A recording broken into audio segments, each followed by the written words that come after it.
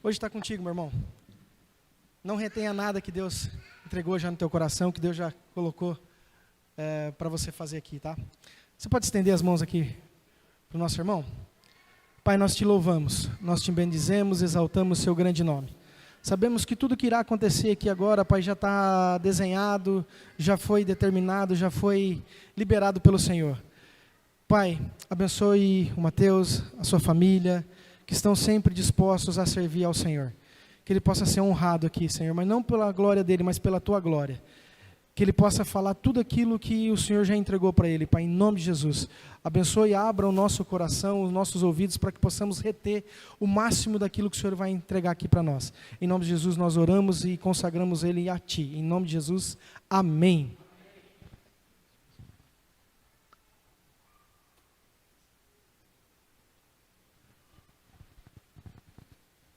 Bom dia, igreja, graça e paz.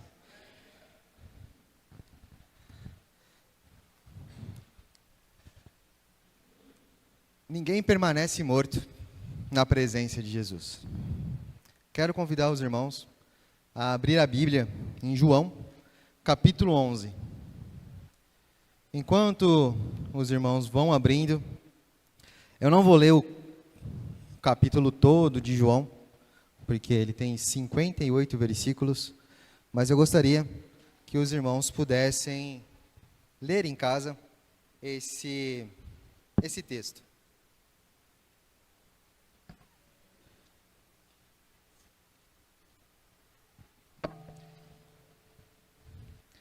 Antes de falar o que está escrito em João, capítulo 11, eu gostaria de pedir um favor. Alguém pode desligar esse ventilador, por favor? Porque ele fica voando as minhas folhas aqui. Eu quero falar um pouco sobre esse texto, sobre essa frase, esse título. O título é o menor resumo de um texto, de uma palavra, de alguma reflexão. Então, ninguém permanece morto na presença de Jesus. Nós podemos entender olhar para esse ponto, sobre dois pontos de vista. Olhar para esse texto sobre dois pontos de vista. A morte física e a morte espiritual. Aonde Jesus estava, tinha vida. Aonde Jesus caminhava, tinha vida. Ninguém ficou morto na presença de Jesus. Ele ressuscitou, ele ressuscitava as pessoas. Ele gerava vida nas pessoas. Então, ninguém permanece morto na presença de Jesus. E nesse capítulo 11 de João, nós vemos a história de Lázaro, que era um amigo de Jesus. Ele começa o texto falando que havia um homem chamado Lázaro, havia na cidade de Betânia. Eu vou dar um pano de fundo aqui, mas acredito que todos conheçam, que era irmão de Marta e Maria. Maria, ele identifica a Marta e a Maria, sobre a Maria sendo aquela mulher que ungiu os pés de Jesus quando ele fez a visita na casa. E Marta era a irmã que estava distraída, preocupada com outras coisas, enquanto Maria estava cuidando de Jesus. E Marta, preocupada com tudo, perguntou para Jesus: Jesus, fala para Maria vir me ajudar. Aí Jesus fala que Maria fez a boa escolha. Isso está lá em Lucas. Então é a mesma família. Do trio, Marta, Maria e Lázaro, Maria era mais famosa, que todo mundo fala dela. E ele fala: um certo homem chamado Lázaro de Betânia, da aldeia de Maria e de Marta, estava doente. Esta Maria, cujo irmão Lázaro estava doente, era a mesma que ungiu com óleo perfumado o Senhor e lhe enxugou os pés com os próprios cabelos. Assim sendo, as irmãs de Lázaro mandaram dizer a Jesus: Senhor, eis que aquele a quem amas está enfermo. Nesse versículo 3, alguns estudiosos falam que Jesus estava a distância de um dia da onde estava dessa localização aqui, de Betânia. Então, o mensageiro, quando ele saiu de Betânia para avisar Jesus que Lázaro estava doente, ele demorou um dia para chegar onde Jesus estava. Então, quando ele chegou lá onde Jesus estava, Lázaro já tinha morrido. Mas Jesus, na sua onisciência, em tudo que ele sabe, ele sabia que Lázaro já estava doente e que Lázaro já tinha morrido. Ao saber do ocorrido, disse Jesus: essa enfermidade não terminará em morte, mas sim para a glória de Deus, para que o Filho de Deus seja glorificado por meio dela. E Jesus amava Marta, a irmã dela, e a Lázaro.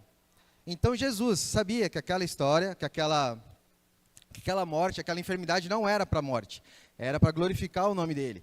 É interessante que no verso 5 ele fala: e Jesus amava Marta, a irmã e a Lázaro. Aí no 6 ele fala: contudo, quando soube que Lázaro estava doente, ficou mais 2 dias no lugar onde ele estava. Quantos de nós conseguimos entender que Jesus, ele é o dono de todo o tempo? Ele é dono o tempo dele é diferente. Então ele é onisciente, onipotente, onipresente. Ele sabe todas as coisas, ele pode todas as coisas e ele está em todo lugar. Então, Jesus, na sua onisciência, sabia que aquele momento seria para glorificar o nome de Deus. Mesmo falando que Jesus amava a família, o trio, Jesus esperou ficar mais 2 dias naquele lugar. Eu imagino quando Maria e Marta resolveram mandar um mensageiro para enviar a mensagem, para avisar que Lázaro estava morto. Era como se fosse uma oração que nós fazemos, às vezes, alguma intercessão, falando assim: Jesus, ora por esse caminho, ora, não sei o quê. Só que Jesus ficou mais 2 dias naquele local. E Jesus amava esse trio. Aonde eu quero chegar? O amor de Jesus, ele sabe exatamente aquilo que nós precisamos. Ele sabe exatamente por onde nós precisamos caminhar. Ele sabe exatamente por qual caminho as coisas precisam acontecer para glorificar o nome dele. Se Deus, eu lembro dessa frase quando o pastor Silas fez uma ministração, nós falamos que Deus nos ama, nós nos sentimos amados por Deus e nós amamos Deus. Aí às vezes nós reclamamos que Deus não ouve as nossas orações.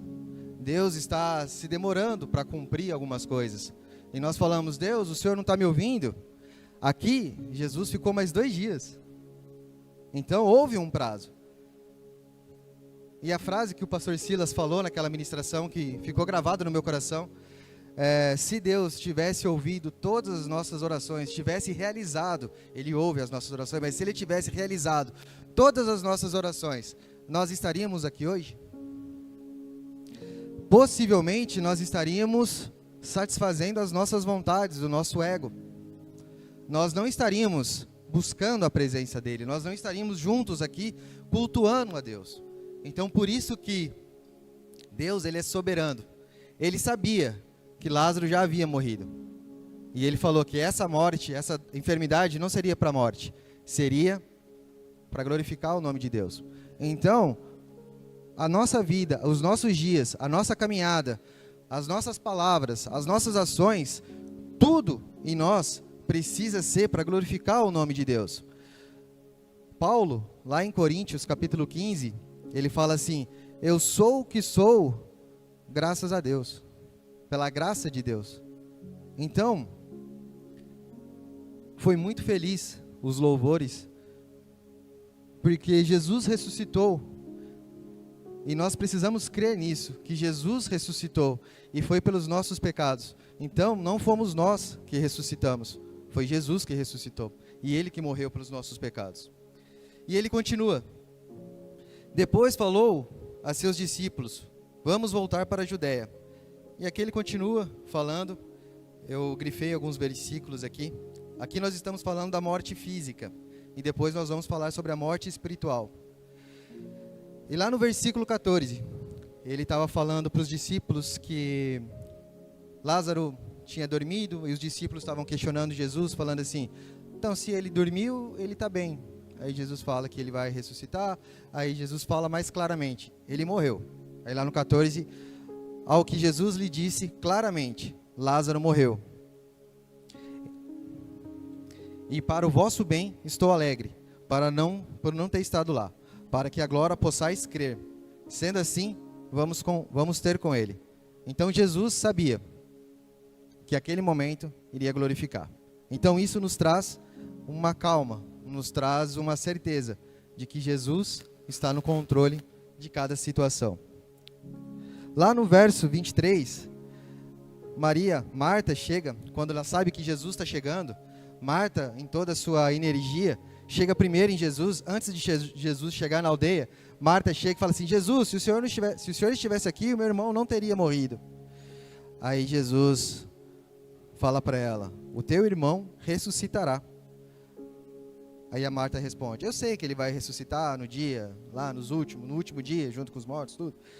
Aí Jesus, no verso 25, esclarece: eu sou a ressurreição e a vida. Aquele que crê em mim, mesmo que morra, viverá. Então ninguém permanece morto na presença de Jesus. Agora, uma curiosidade teológica sobre esse versículo 25. Esse milagre foi o sétimo milagre descrito nos evangelhos.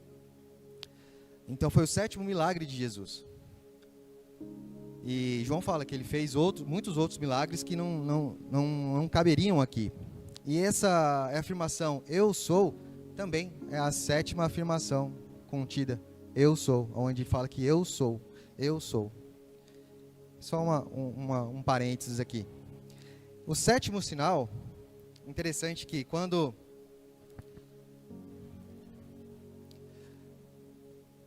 acontece com vocês também isso,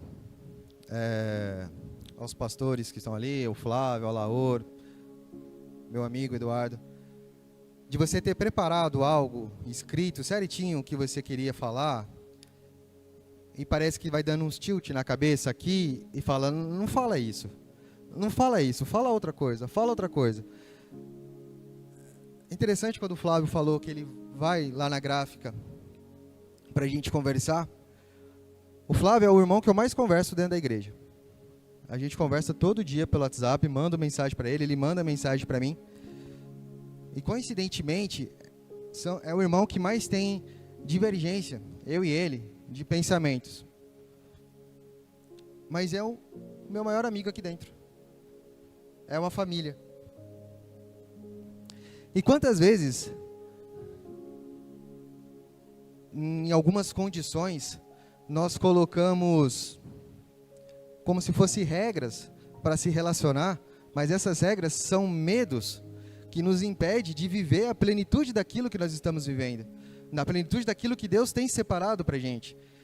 Na camiseta da pastora diz assim: tome a sua cruz e siga-me. Esse milagre foi o sétimo. Depois disso, alguns judeus creram em Jesus e começaram a seguir Jesus. Porém, outros viram aquilo e foram contar para o Sinédrio, fizeram uma reunião. A partir desse momento, Jesus começou a ser mais perseguido e decidido ser morto. Às vezes, o nosso medo de se relacionar com as pessoas, o nosso medo de viver o amor que Cristo tem para nós, é porque nós não queremos morrer para a gente. Nós queremos estar confortáveis nas nossas condições, na nossa casa, na nossa igreja, no nosso trabalho. E nós não nos relacionamos com pessoas com medo do que aquelas pessoas vão trazer de Cristo para a gente. Porque nós falamos assim: Cristo, eu tenho o meu entendimento com Cristo, eu tenho a minha revelação com Cristo, eu sei aquilo que Deus quer falar comigo. Só que se o irmão me confrontar, então, com medo de ouvir alguma certa repreensão, eu não me relaciono com as pessoas. Jesus não teve esse medo. Jesus, depois de tudo isso, ele foi perseguido e ele decidiu, ele estava ali, depois desse milagre, alguns dias depois, ele foi crucificado. Só que a crucificação não impediu Jesus. Então, que os nossos medos não nos matem. Que os nossos medos de nos relacionarmos com pessoas não nos matem, não nos paralisem. Que nós possamos ser verdadeiros nos nossos relacionamentos e que nós possamos dizer exatamente aquilo que nós queremos dizer. Que nada fique subentendido e que conversas não fiquem atravessadas.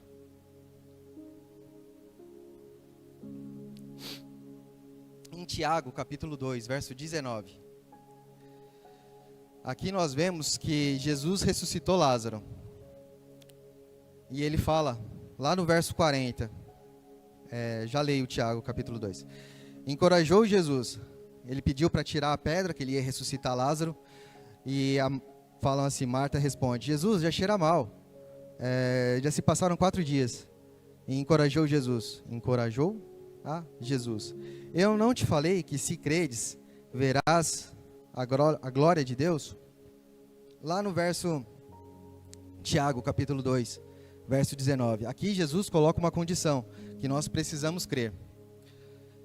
Tiago, nesse versículo, ele fala, credes tu que Deus é um só? Fazes bem.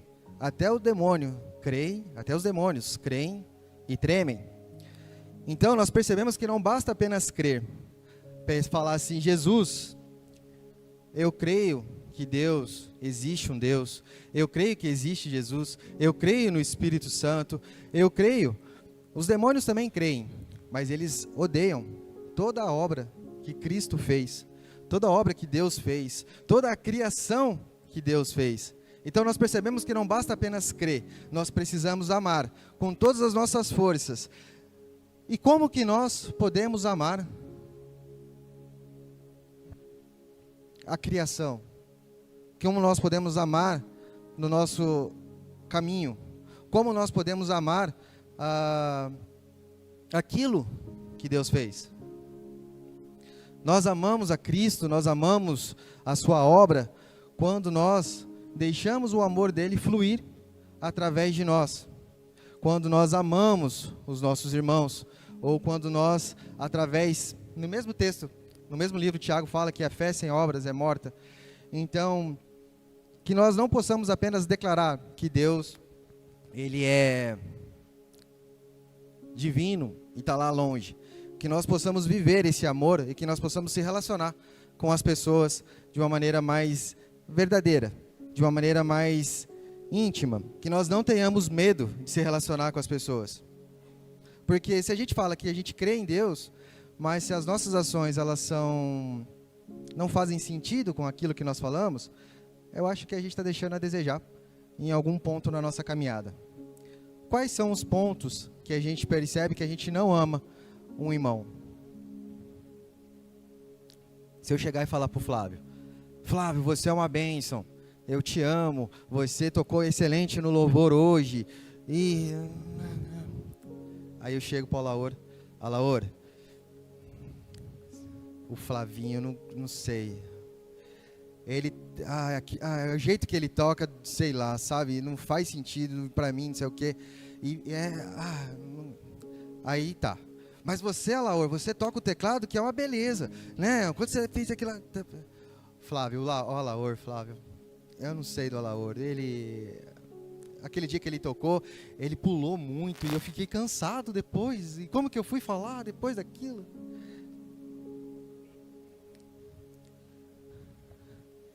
Se eu tenho algo para falar para o Alaor, eu falo para o Alaor. Se eu tenho algo para falar para o Flávio, eu falo para o Flávio. Se eu tenho algo para falar para algum irmão, eu falo para algum irmão. Porque Jesus não tinha medo de fazer o que ele tinha que fazer para glorificar o nome de Deus. Ele não era, eu não sei como é o termo, mas duas caras assim.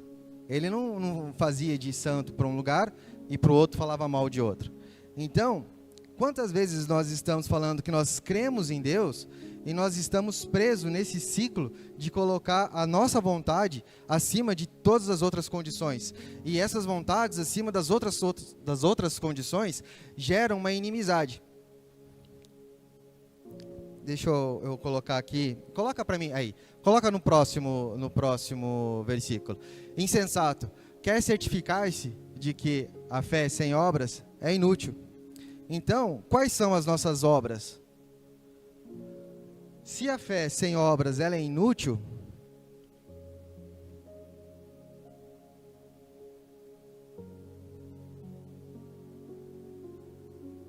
como nós podemos ser útil? Se as nossas palavras estão afastando irmãos do reino, como que nós podemos ser útil então para trazer pessoas para mais perto de Deus? em 1 João, capítulo 3, do verso 7 ao 10. Quando eu li esse texto, eu fiquei constrangido e fiquei pensativo. Ele fala assim: filhinho, ninguém vos iluda. Ele já começa, que ninguém vos engane, em outras versões. O que é o engano? É uma mensagem que às vezes faz sentido para os nossos ouvidos, mas que é gostosa de ouvir. Se eu falar para o Flávio, eu vou pegar você hoje de Cristo. Flávio, você está ficando bonito, você está emagrecendo, você está ficando forte, esbelto. Glória a Deus pela sua vida. Às vezes é uma mensagem que ele gostaria de ouvir. Não que não seja verdade, ele perdeu mais de 10 quilos esse ano. Mas percebe que às vezes as línguas doces, assim, as falas doces, elas facilitam uma conduta de que há uma morte espiritual. Então eu vou chegar e falar assim para o Henrique, meu querido e amado irmão também, santista: Henrique, isso que você faz não tem problema nenhum. Não que ele seja uma pessoa ruim, mas isso que você faz não tem problema nenhum. O importante é, sei lá, é você estar aí feliz da vida. Então aquilo que não te confronta, às vezes não gera esse crescimento, e as palavras doces, às vezes, facilitam uma conduta que gera uma morte física e espiritual. Nós sabemos que se nós consumirmos coisas que nos matam, nós vamos morrer. Mas se uma pessoa chega e fala: não tem problema nenhum, pode continuar fazendo isso que você está fazendo, que o importante é que você está bem, você vai morrer. Lá em Ezequiel, fala que se a espada vier e tocar a trombeta, vier a espada e cortar a cabeça da pessoa, e se aquela pessoa, você teve a oportunidade de falar do amor de Deus para aquela pessoa e você não falou, o sangue daquela pessoa será cobrado de você. Agora, se você falou e a pessoa não quis ouvir, o problema é da pessoa. Vamos ler lá. Então, filhinhos, não deixem que ninguém os engane. Não deixe que palavras doces, mentiras assim, escritas nas entrelinhas, vos engane. Aquele que pratica a justiça é justo, assim como ele é justo. Aquele que pratica o pecado é do diabo, porque o diabo peca desde o princípio. Para isto, na minha versão fala um pouquinho diferente. Aquele que vive habitualmente no pecado é do diabo, pois o diabo peca desde o princípio. O que me chamou a atenção foi o que vive habitualmente. Aquele que vive sem a intenção de se arrepender daquele pecado, porque nós somos pecadores, nós cometemos pecados, e nós nos arrependemos desses pecados. A chave está em se arrepender dos pecados. Tem uma frase de um pastor americano chamado A.B. Huber. Ele fala assim que a santidade não é nunca se sujar, é sempre se lavar. Então, quando nós vivemos habitualmente na prática do pecado, nós estamos morrendo. E nós nos parecemos com o diabo. Quantos aqui querem se parecer com o diabo?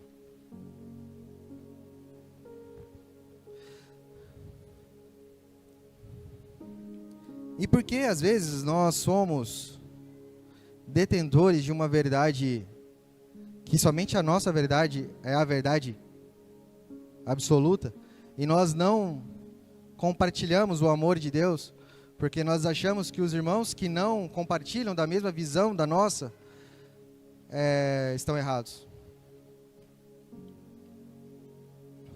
Por isso, o Filho de Deus se manifestou para destruir as obras do diabo. Ninguém permanece morto na presença de Jesus. Todo aquele que é nascido de Deus não se dedica à prática do pecado, porquanto A semente de Deus permanece nele, e ele não pode continuar no pecado, pois é nascido de Deus. Acredito que todo mundo aqui já tem uma certa caminhada dentro do evangelho, dentro do cristianismo. Vocês conseguem se lembrar do dia que vocês conheceram a Cristo, a palavra, onde houve aquela virada de chave, onde houve aquele fala, é esse caminho que eu preciso seguir, aonde houve esse novo nascimento? Pensa nesse dia, traga à memória esse dia. Eu lembro desse dia. Foi num culto de domingo, numa igreja chamada Bola de Neve. Eu e a minha esposa, fazendo um parênteses aqui, nós nos conhecemos, vai chegar para glorificar o nome de Deus. Nós nos conhecemos no bate-papo da UOL, em 2007. A Carla conheceu a igreja Bola de Neve em 2008, no Orkut. A internet, ela é uma bênção, se ela for usada para ser uma bênção. Assim como a nossa língua, ela é uma bênção, se ela for usada para ser uma bênção. A mesma internet que gera conteúdo que nos afasta de Deus, é a mesma internet que pode gerar conteúdo para nos aproximar de Deus. Graças a Deus, a Carla conheceu esse ministério através do Orkut. Finado Orkut, né? E ela foi no culto de quinta-feira, com uma amiga dela. Interessante que isso faz de 2008 para cá, são quantos anos? 16 anos. 16 anos.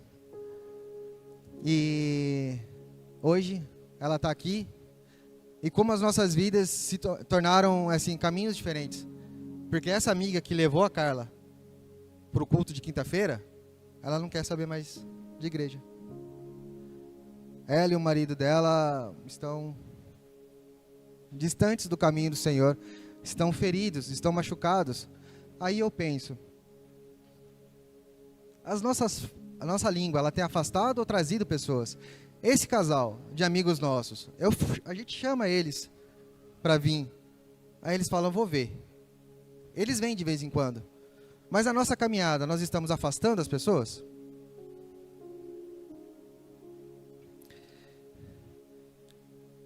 Nesse culto que eu fui, ela foi no culto de quinta-feira e eu fui no culto de domingo, ela me levou. Eu era para ser padre. Eu estudei no seminário, dos 12 aos 14, 15 anos ali. Eu fazia os encontros, ia todo final de semana no seminário. E fazia aqueles encontros e caminhando para ser padre. Falava que queria ser padre. E quando o pastor Diogo, começou a falar de Deus, começou a falar da Bíblia, começou a falar que a gente precisava morrer, e começou a falar que eu precisava conhecer a Cristo, entregar os meus caminhos para Cristo, eu, do lado da Carla, comecei a falar, eu não quero isso. O que esse pastor acha que ele sabe da minha vida? O que esse pastor está falando? Ele não conhece nada da minha vida. Ele não sabe de onde eu vim. Eu estudei para ser padre, eu li a Bíblia, eu conheço a Bíblia. Então, por que às vezes o discurso do irmão nos fere? Porque o nosso orgulho nos impede de querer enxergar aquilo que está sendo dito. É como se nós estivéssemos pegando a nossa cruz e seguindo a Cristo, mas nós não queremos morrer para seguir a Cristo. Nós queremos seguir a Cristo com a gente vivo, né? Com a gente, assim, eu quero seguir a Cristo do meu jeito. E eu lembro que naquele dia eu terminei o culto chorando. Chorando. E falando, Deus, me perdoa. Me perdoa. Eu lembro que eu fui no culto até com um escapulário. Que tinha aqui, assim. E eu queria viver aquilo que Deus tinha separado para mim. Então não menospreze, na ocasião da Carla, não menospreze um Orkut. Foi aonde ela conheceu a palavra. E eu tenho a certeza que ali foi o pontapé inicial para que as coisas pudessem começarem a fazer sentido.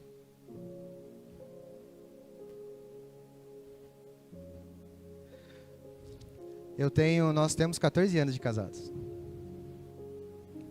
E se não fosse pelo Orkut, digamos assim, a gente não estaria casado. Não teríamos o Arthur,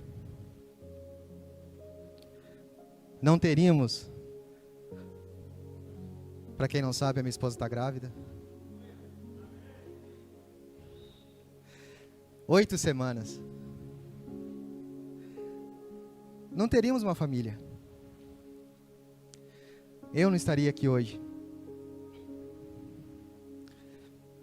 Sabe aquele irmão que você pensou agora?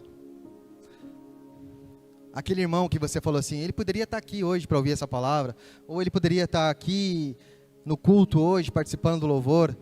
Manda uma mensagem para ele hoje. Manda uma mensagem para eles essa semana. Fale do amor de Deus para esse irmão que você está pensando hoje, dessa pessoa que Deus trouxe na tua memória, porque pode ser só isso que está faltando para aquela pessoa buscar a presença de Deus. Só está faltando isso para aquela pessoa falar assim, nossa, é verdade, eu preciso do amor de Deus. Não menospreze o poder de uma faísca, de uma fagulha.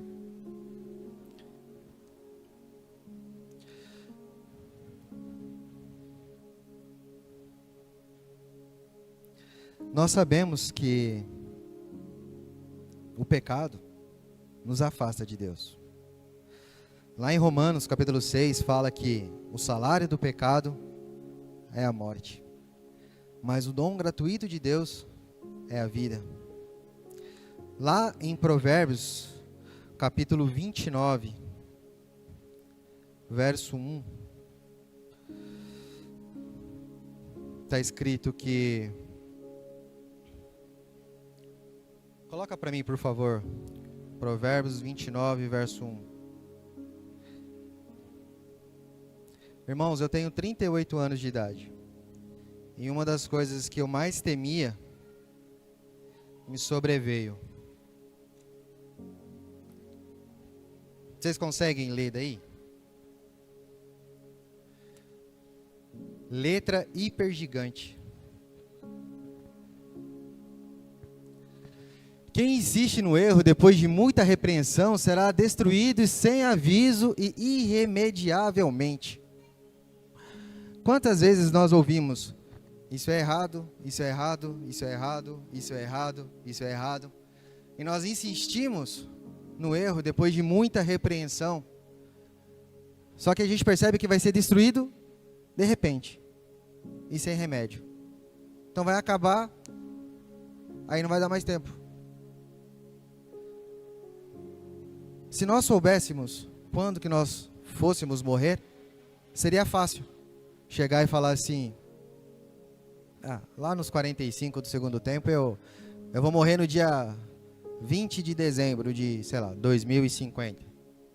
Aí, no dia 20 de novembro, eu falei, eu vou dar uma acertada aqui, porque está chegando perto, só tem 30 dias, está acabando a garantia, então eu vou precisar me alinhar. Mas a gente não sabe quando que nós vamos morrer. Se nós morrêssemos, eu usei esse texto, esse exemplo na pregação anterior. Se nós morrêssemos hoje, no final do dia, as contas de amanhã fariam sentido? As preocupações de amanhã fariam sentido? Não. Só que quem sabe o dia que vai morrer? Ninguém sabe. Então aproveite para falar do amor de Deus enquanto há vida, enquanto há força, enquanto há energia para falar do amor de Deus. Porque Jesus morreu naquela cruz para que eu e você hoje estivesse aqui, ouvindo a palavra de Deus, cultuando a Ele juntos, porque foi naquela cruz que Ele nos salvou. Foi naquela cruz que permitiu que nós estivéssemos vivos. Voltando lá para João capítulo 11. Jesus, ele estava na iminência de ser sacrificado, crucificado. O milagre da ressurreição de Lázaro, ele evidencia duas coisas. A humanidade de Jesus, lá no verso 35, quando ele fala, Jesus chorou. Jesus se compadeceu das dores dos seres humanos que estavam ali. e ele tinha judeu, tinha todo mundo que estava ali, e Jesus chorou. Todo mundo estava chorando, e Jesus ficou triste pela morte do amigo dele, e Jesus ficou triste porque o pecado estragou a humanidade.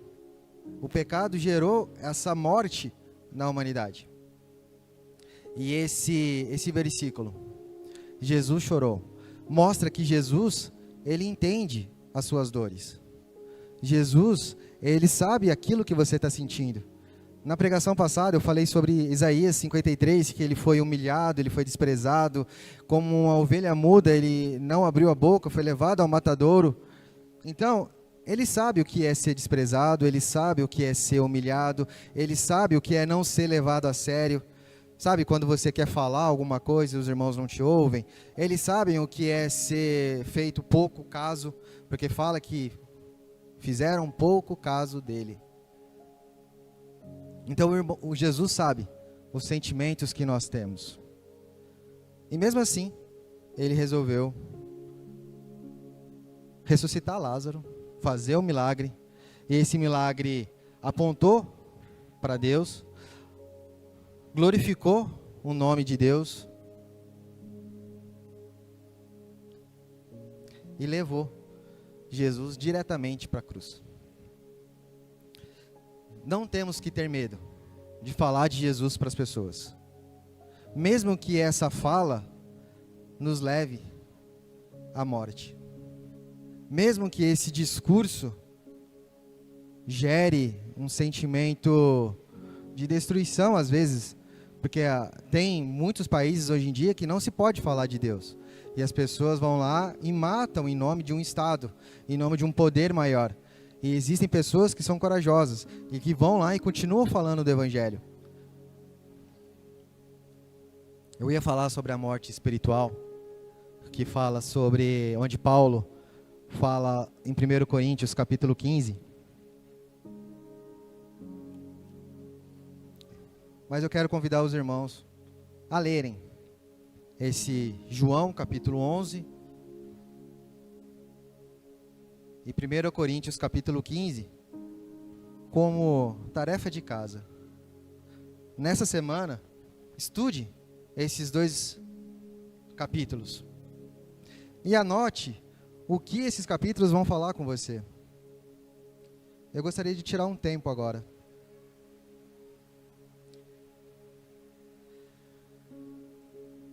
Os irmãos que me conhecem sabem que eu sou muito lógico naquilo que eu falo. Eu sou muito racional naquilo que eu falo. Então, se a pessoa chega e falar para mim assim, tá escrito tal coisa em tal lugar, eu vou precisar ir lá ler o que está escrito em tal lugar, em tal coisa.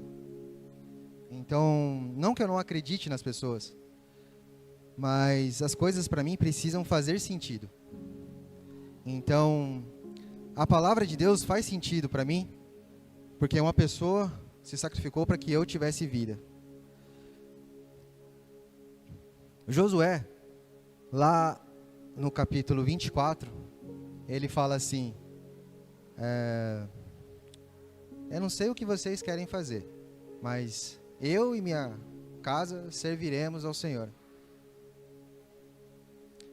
Eduardo, apaga a luz para mim, por favor.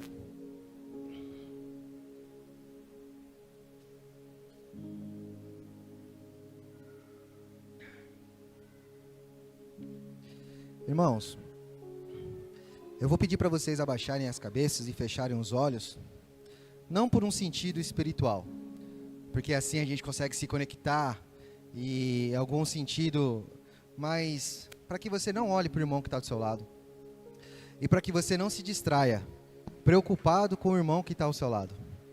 Então, a gente já está chegando no final. Se vocês não quiserem abaixar a cabeça, mas fechem os seus olhos. Feche os seus olhos e comece a lembrar das pessoas que ainda não conhecem a Cristo. As pessoas que estão ao seu redor, seja da sua família, seja no seu trabalho, seja no seu ambiente social, enfim, seu círculo de amizades. lembre-se que Jesus se sacrificou para que nós estivéssemos aqui hoje. E comece a clamar pela presença de Deus nesses lugares, no seu trabalho, na sua faculdade, no seu meio social. Não perca mais tempo. Deus, Ele é o dono do tempo. Ele funciona, tem o tempo Cronos e o Kairos. O tempo de Deus é diferente. Não se preocupe com a sua reputação.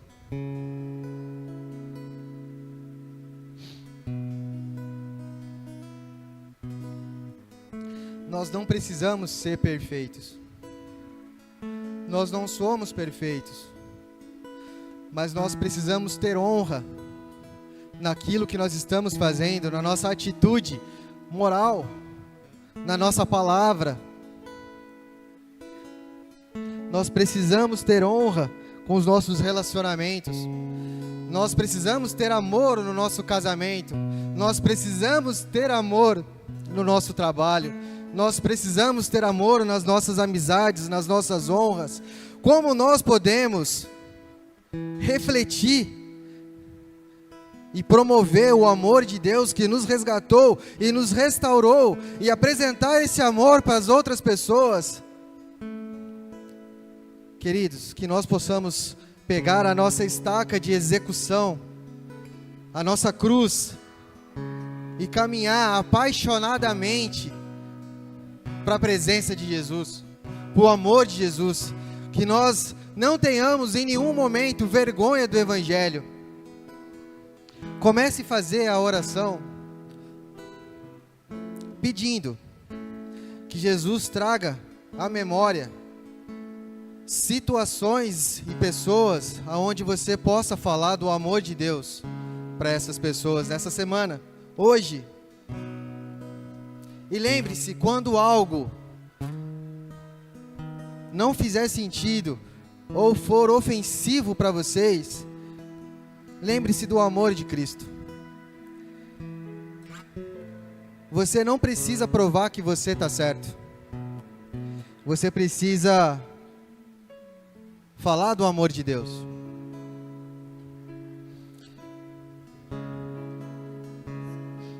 Eu lutei muitas vezes por querer ser parecido com as outras pessoas, até eu entender que Deus me fez assim para eu alcançar pessoas específicas e que nunca vai ser a minha força. Foi o que Paulo falou em Coríntios. A graça de Deus nos basta. Eu não sou perfeito, nenhum irmão é perfeito, mas a graça de Deus precisa ser evidenciada em nós. Cante esse louvor. Eis-me aqui, prostrado outra vez, oferecendo tudo a Ti, pela graça que me salvou. Eis-me aqui, no colo do Seu amor, na tempestade ouvi Sua voz,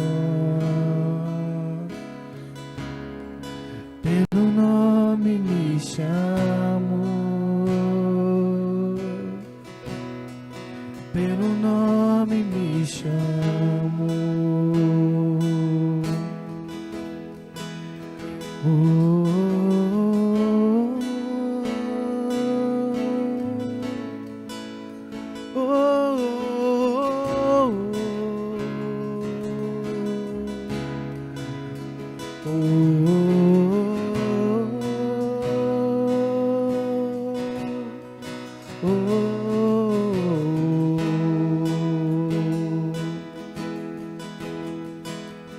Eis-me aqui,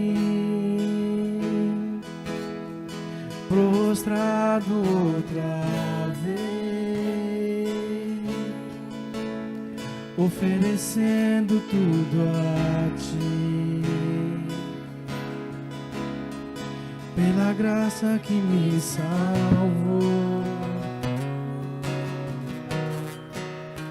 Eis-me aqui, no colo do seu amor. Na tempestade eu vi só voz, pela graça me chamou, pelo nome me chamou. O Senhor, Ele é o meu pastor, e nada me falta. Em verdes prados me faz descansar, e para as águas tranquilas me guia em paz. Restaura-me o vigor e conduze-me nos caminhos da justiça por amor a seu nome. Ainda que eu ande pelo vale da sombra da morte, não temerei mal algum, pois tu estás comigo, e a tua vara e o teu cajado me protegem. Tu preparas um banquete para minha presença, para mim, na presença dos meus inimigos. Me honrarás, ungindo minha cabeça com óleo e fazendo transbordar o meu cálice. A felicidade e a misericórdia certamente me acompanharão todos os dias da minha vida, e habitarei na casa do Senhor por dias sem fim.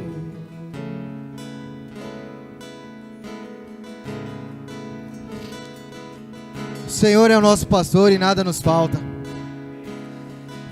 Ele nos faz caminhar e Ele guia os nossos passos. Não tenha medo. Coloque o pé na água e dê o primeiro passo. Não tenha medo de fazer aquilo que Deus tem pedido para você fazer. A nossa identidade nós só encontramos em Deus. Então tudo aquilo que é de verdade, as pessoas vão reconhecer mais facilmente. Nenhuma mentira consegue ser contada por tanto tempo. Então, se Jesus ressuscitou, é verdade, porque isso é contado há mais de 2000 anos. Nós estamos aqui, nós não estamos celebrando uma mentira. Nós estamos celebrando uma verdade. Deus é verdade nos nossos corações. Deus é verdade na nossa caminhada. Deus é verdade na nossa família. Deus precisa ser verdade no nosso casamento. Deus precisa ser verdade no nosso trabalho. Deus precisa ser verdade. As pessoas precisam olhar para nós e enxergar a verdade. Lembre-se, a alegria do Senhor é a nossa força. Não deixem que as dificuldades, as mazelas, as notícias ruins apaguem o brilho que há em vocês. Irmãos, coloquem-se de pé e dê a mão para o irmão que está ao seu lado.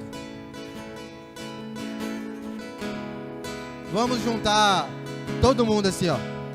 Cada fileira. O irmão que está ao seu lado. Val e Vanessa, hein? A dupla é bonita agora. Segura na mão da Vanessa. Não. Tá, pode ser assim.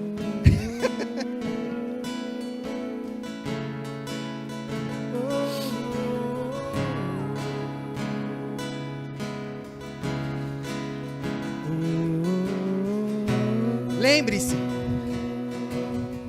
que é essa unidade que faz o amor de Deus fluir. Se o irmão que está no seu lado cair, a sua mão consegue apoiar esse irmão. Se você erguer a mão do irmão que está do seu lado, o amor de Cristo vai ser evidenciado. Se a Elaine cair aqui, vai gerar peso. A Elaine, o Reinaldo, a Clara. Se um irmão, nós precisamos puxar o irmão pela mão. Nós precisamos ser suporte uns para os outros. Não há concorrência na igreja. Não tem irmão que toca melhor que o outro irmão. Não tem irmão que prega melhor que o outro irmão. O amor de Deus é o mesmo.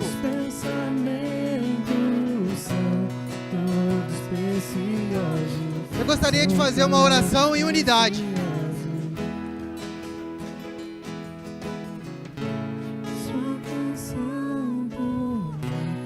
Vamos juntos orar o Pai Nosso e refletindo em cada palavra que essa oração traz pra gente.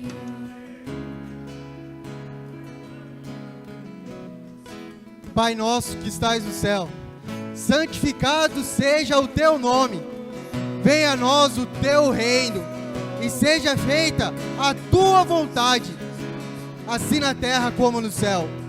O pão nosso de cada dia nos dai hoje, perdoa as nossas dívidas, assim como nós perdoamos aos nossos devedores. Aleluia.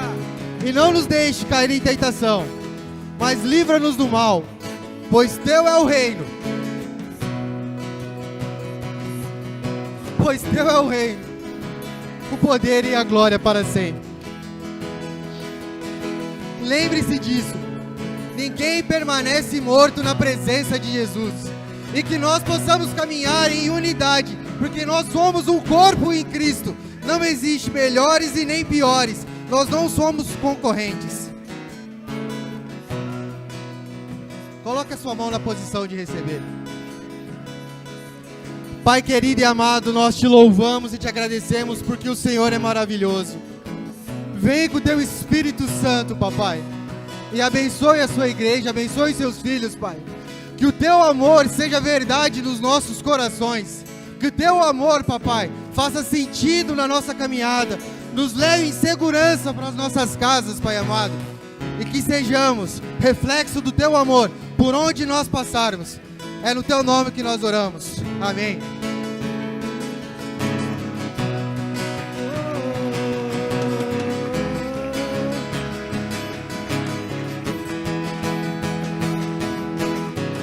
Seus pensamentos são todos preciosos, são todos preciosos.